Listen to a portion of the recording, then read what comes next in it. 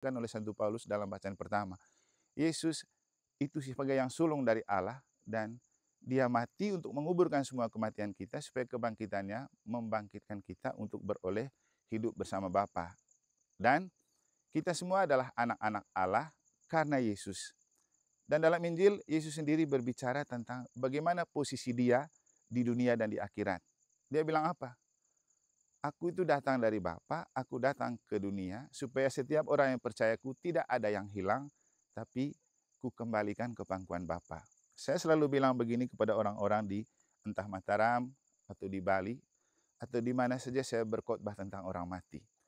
Kita beruntung dan bangga menjadi orang Katolik karena kita punya Yesus yang sangat menjamin dan menjanjikan surga karena Tuhan bersamamu dan bersama rohmu. Inilah Injil suci menurut Yohanes. Dimuliakanlah Tuhan. Di rumah ibadat di Kapernaum, Yesus berkata kepada orang banyak, semua yang diberikan Bapa kepadaku akan datang kepadaku, dan barang siapa datang kepadaku, ia tidak akan kubuang. Sebab aku telah turun dari surga, bukan untuk melakukan kehendakku, tetapi untuk melakukan kehendak Dia yang telah mengutus aku. Dan inilah kehendak Dia yang telah mengutus aku, yaitu supaya dari semua yang telah diberikannya kepadaku jangan ada yang hilang, tetapi supaya kubangkitkan pada akhir zaman.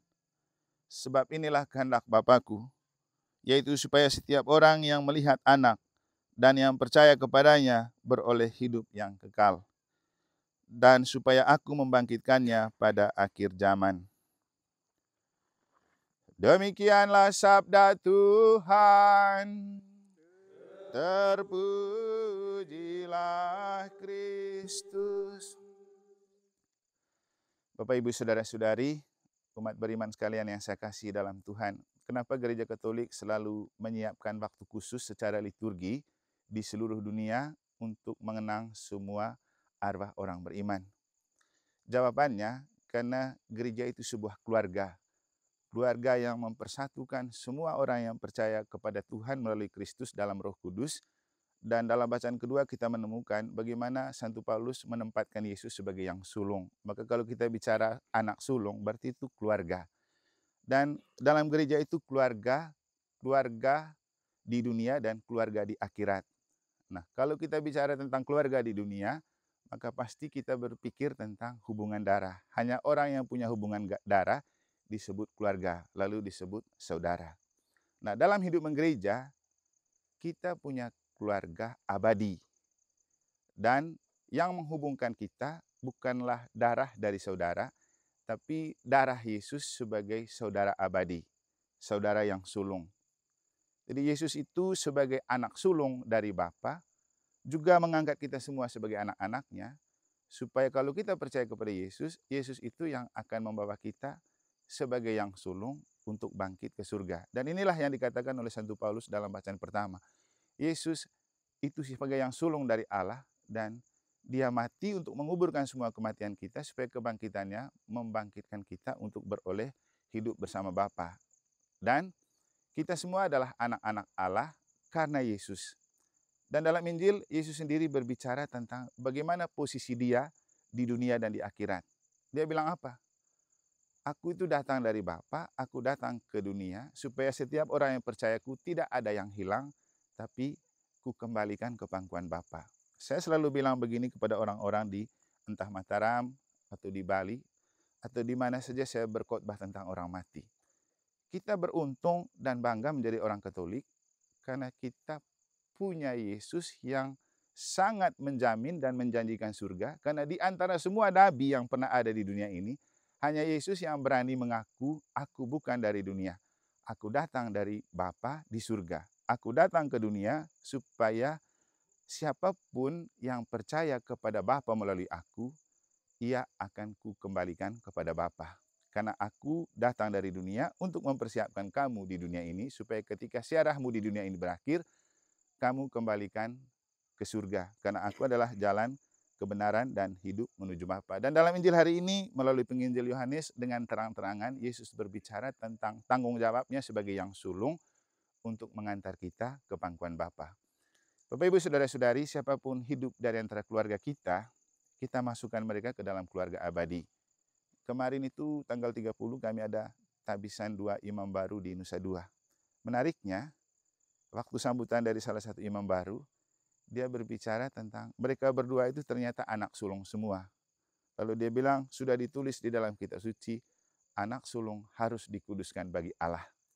Nah, kemarin kita ikut tabisan Uskup Maksi Regus di Labuan Bajo. Ternyata beliau juga anak sulung. Yang pimpin misa sekarang juga anak sulung. Jadi posisi orang sulung itu sebenarnya pembuka pintu surga sebenarnya. Jadi yang nomor 2 seperti siapa mereka itu nyusul.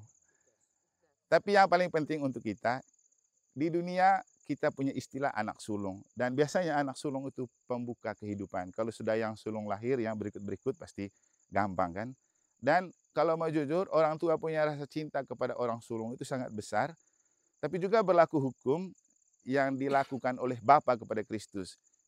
Orang yang sangat aku kasihi, pasti juga akan diobok-obok. Dia akan dibombardir, diberikan banyak tantangan. Ya, Yesus itu kan putra yang dikasihi Bapa, tapi juga harus menderita, harus disalibkan, harus memikul salib, tapi mati, dan harus mati. Jadi bagaimana kita mendefinisikan ketika anak momang istilahnya? Anak momang tapi diberi banyak kesulitan, penderitaan, bahkan mati. Apa momangnya? Tapi kita tidak berbicara tentang salib dan kematian. Karena yang paling penting melalui salib dan kematian ada kebangkitan. Itulah momangnya. Bahwa kemudian Yesus menjadi anak sulung untuk membangkitkan kita semua ke surga. Nah, kita semua itu disayangi oleh Allah.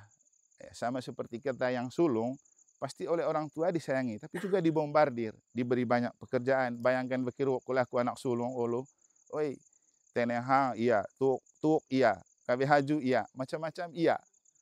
Tapi justru dibombardir seperti itu membuat kita menjadi pribadi yang tangguh dan hebat. Anak sulung itu punya rasa tanggung jawab yang besar kepada adik-adiknya, bagaimanapun sikapnya. Tapi itu tadi, itu kalau di dunia. Kalau di dunia si anak sulung punya peran, bagaimana dengan keluarga abadi? Jadi keluarga di dunia kan dibatasi oleh hubungan darah. Kalau kita sedara, berarti itu keluarga. Dalam kerajaan Allah dan gereja, kita juga keluarga besar dengan Yesus sebagai anak sulung. Kita punya Bapa di surga, Yesus itu anak sulung. Dan kita dipersatukan oleh Roh Kudus. Dan kalau sekarang kita sebagai keluarga berkumpul untuk mendoakan keluarga-keluarga kita yang meninggal, itu karena kita sudah satu dalam keluarga abadi. Makanya gereja Katolik selalu punya waktu setiap tahun untuk berdoa secara khusus keluarga yang sudah meninggal, karena kita tidak dibatasi oleh kematian. Kematian itu hanya tentang badan tidak bisa hidup lebih lama di dunia, tapi jiwa kita tetap hidup. Buktinya, mayone nipiga, mayone vaniga, mayone nepaga, no laku terakhir di Siamada Grand, do, mayone pamesi, cai polite yang ruha, lo si ngogi. Artinya apa? Mereka tetap hidup, badannya saja yang tidak bisa kita lihat. Dan menurut kitab suci, hidup yang abadi itu hidup yang abadi itu hidup yang tidak dibatasi oleh kematian. Makanya Santo Paulus bilang, jika kita hidup bersama Kristus, supaya kalau kita mati bersama Kristus, baik dalam hidup atau mati, kita tetap jadi milik Kristus. Dan hari ini, sore ini, kita merayakan Ekaristi karena Ekaristi itu diwariskan oleh Yesus untuk kita dengan pesan. Lakukanlah ini sebagai kenangan akan aku. Itu kan pesan terakhir dari Yesus sebelum ia mati. Supaya apa? Kalau kita betul murid Kristus, jangan lupa misa. Makanya saya senang sebenarnya kejar misa di sini. Karena dengan misa kita betul menyatu dengan Kristus. Dan kita mendoakan keluarga kita yang sudah meninggal. Karena misa itu perjamuan surga yang ada di dunia. Jadi kita itu mencicipi roti yang turun dari surga dalam bentuk tubuh Kristus. Supaya juga mempersiapkan kita bisa masuk surga. Dan supaya keluarga kita yang sudah meninggal juga menikmati perjamuan abadi di surga. Semoga semua keluarga kita pantas dan layak oleh karena iman akan Yesus dan pada Ekaristi Kudus yang kita lakukan dalam nama Yesus ini menjadi keluarga abadi, menikmati perjamuan abadi di surga, dan di surga mereka menjadi pendoa untuk kita semua bersama para kudus yang kita sudah rayakan kemarin. Semoga Tuhan memberkati kita.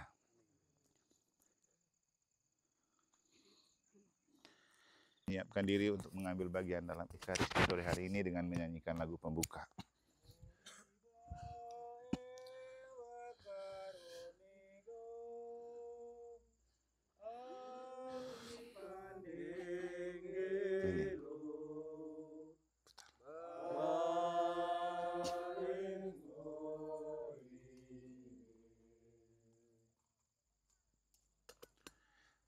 Dalam nama Bapa dan Putera dan Roh Kudus. Amin. Allah yang telah membangkitkan putranya Tuhan kita Yesus Kristus bersamamu.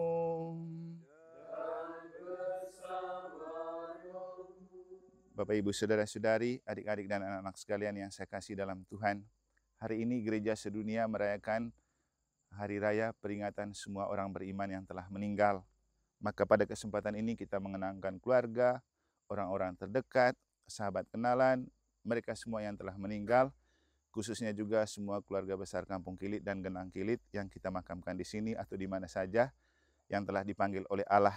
Semoga mereka mendapat pengampunan dosa karena perayaan Ekaristi yang kita rayakan, dan semoga mereka pantas menikmati hidup kekal di surga, lalu di surga menjadi pendoa untuk kita semua, seluruh keluarga dan semua yang ditinggalkan. Maka marilah kita hening sejenak sambil memeriksa diri, memohon ampun atas segala dosa dan kesalahan kita. Kita juga mendoakan semua keluarga kita yang telah dipanggil oleh Allah untuk mendapat pengampunan dosa. Marilah kita hening sejenak.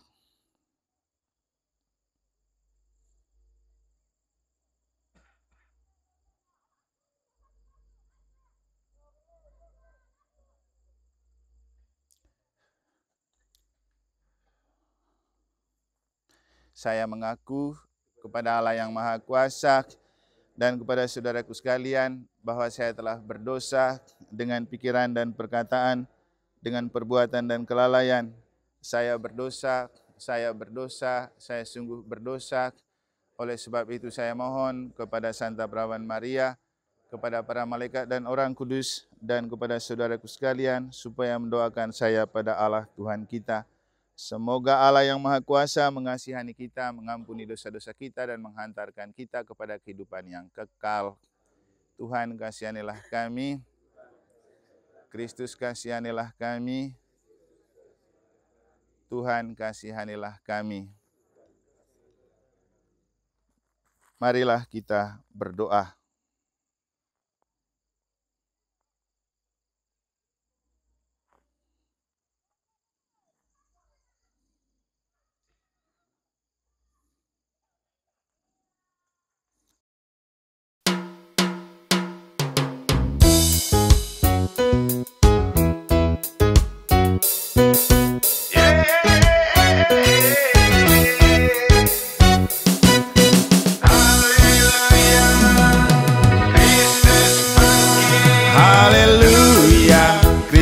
Telah bangkit, dosa dan maut telah dikalahkan.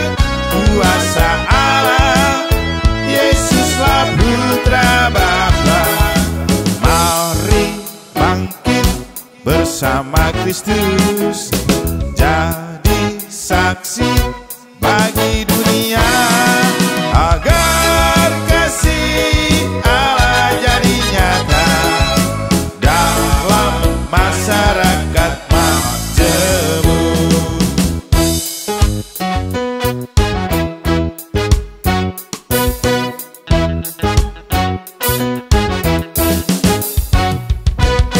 Yesus merajut persaudaraan, malam berjamuan bersama kekasih. Ada kekasih yang tak setia, Yesus ketangkap karena korban money politik. Haleluya, Kristus telah bangkit, dosa dan maut telah dikalahkan. Kuasa Allah, Yesuslah Putra Bapa. Mari bangkit bersama Kristus, jadi saksi bagi dunia, agar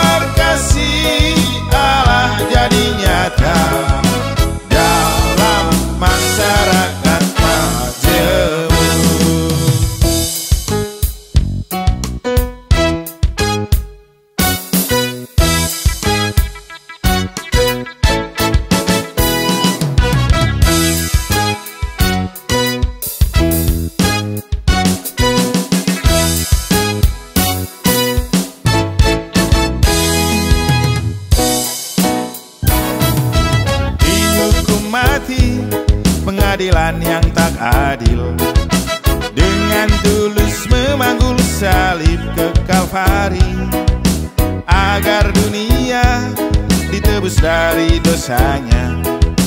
Bukti kasihnya pada rencana Bapa. Haleluya, Kristus telah bangkit, dosa dan maut telah dikalahkan. Kuasa Allah, Yesuslah Putra Bapa. Mari bangkit bersama Kristus, jadi saksi bagi dunia, agar kasih Allah jadi nyata dalam masyarakat majemuk.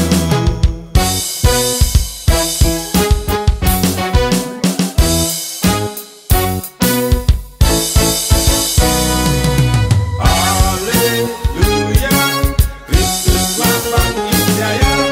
Haleluya, Kristus telah bangkit. Mati disalib untuk bangkit kembali, bawa para kekasih cahaya hidup ilahi, sinari hati menuju hidup abadi, bahagia selamanya bersama Bapa di surga. Haleluya, Kristus telah bangkit, dosa dan maut telah dikalahkan. Kuasa Allah, Yesuslah Putra Bapa. Mari bangkit bersama Kristus, jadi saksi bagi dunia, agar kasih Allah jadi nyata dalam masyarakat majemuk, dalam masyarakat majemuk, jadi garam dan terang dunia. Haleluya, haleluya, Kristus bangkit.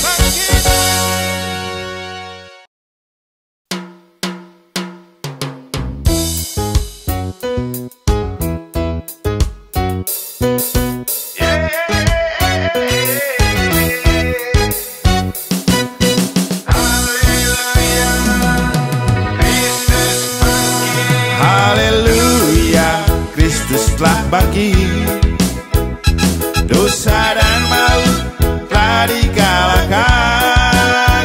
Kuasa Allah, Yesuslah Putra Bapa. Mari bangkit bersama Kristus, jadi saksi bagi dunia, agar kasih Allah jadi nyata dalam masyarakat majemuk.